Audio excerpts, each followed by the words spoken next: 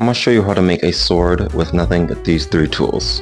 This supply, 1 plank of wood, 30 inches long, 2.5 inches wide, so 1 of these, a ruler, a pencil, a pocket knife. This is one I got for $13 at Home Depot and is the only knife I will be using. I want you to be able to go to the store and buy all the stuff. So I want to make it as realistic as possible. This is just pine. This stuff is great because it's easy to work, it's softwood, and it's cheap. That's the important bit because we pull, right? I don't know about you, but I am. So yeah, I'm just going to start carving it up and I'll do voiceovers of what I do as I go. Let's see how it goes.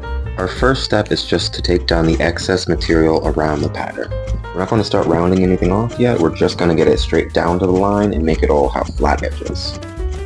And now we'll just remove the material around the handle. I want to make 2 stops at each point that the handle ends and meets the other point. So one where the handle meets the pommel and one where the handle meets the cross guard. And this will just make it easier to not accidentally go past that. Once that's done, you can just take out the material in the middle and then repeat on the other side. Boom, look at that. We got our basic shape going here. Next step is to start to add some dimension to it. We're going to start to separate each piece. So first thing we're going to do is separate the handle. I'm going to put it down and I'm going to push the knife away from me, that is very important, to create a little line that will be the separation point. And I'm going to come in, I'm going to remove some material, I'm going to come in and rescore that line. So we're just going to go ahead and do that all the way around, and then we'll do it on both ends, and that will separate each 3 pieces. Now that this end is separated, we're going to come through and take down the edges so that the handle itself starts to round out. It doesn't seem like I recorded it here, but we're going to be adding another line all the way around, 1/2 inch up from the beginning of the handle. We're going to do that on both sides here, and it'll give it a bit more shape to it. Now after making one more score line where the blade meets the cross guard, we're going to start rounding out each piece, starting with those little bumps we made, 1/2 inch up and below the handle. What we're going to do is we're just going to go and take the edges off, we're just going to create more edges, and we're just going to take those little edges off right after. And it'll help round it out. So we don't need to take a lot of material off, just the edges. And here you can see the difference. The top one here by the cross guard has been rounded out. The bottom by the pommel has not been rounded out. That's what the difference should be. Here you're going to see the bottom one rounded out as well. Next step is we're just going to round out the other 2 pieces, the pommel and the cross guard. Following the same kind of principle. Just take the very edges off. We don't want to take off too much material. Just shape it up. And then repeat that one more time with the cross guard. And then you got the entire handle shaped up just like that. Well, just like that, as just like that it can be, you know.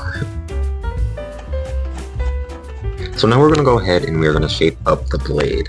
Now, the way that I have this done is I have marked the center of each profile, the front, the back, and both sides. What we're going to do is we're going to bring the material down to that line. This will create clean and even angles on the blade. It'll look really nice actually. Once we have all of those angles, we're going to take down the top of the blade where that very center line was, and we're going to round it over. It'll give it a great consistent shape and it'll help slim down the overall blade. This is really the last step. The only thing you have left to do is go over, see if there's any high spots you want to bring down, but essentially you're done now. Congratulations, you've just completed your sword.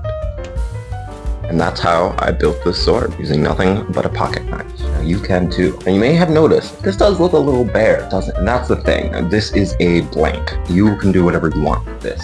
You can use the same knife you've been using to carve patterns into it. You can paint it. You can get some wood stain. I'm going to be doing an entire part 2 to this. And this is where we're going to be out-branching from just the knife. There's going to be a part 2 video where I'm going to decorate this. That's going to involve using sandpaper. I'm going to use a wood stain. I might put polyurethane on it. We'll decide when we get there. That's the point of it. You can paint these, you can wood stain them, you can draw on them, you can do whatever you want with them. This is a blank for you to do what you want. Super cheap. The materials cost $5. A lot of fun. And this is a good project to get into like whittling or woodworking, because technically we whittled this. We're going to get it nice and smooth, and then we're going to get it to look really, really nice, and then we're also going to wrap the handle. You could carve the handle or you could wrap it, your decision. But thanks for watching. I hope I see you next week.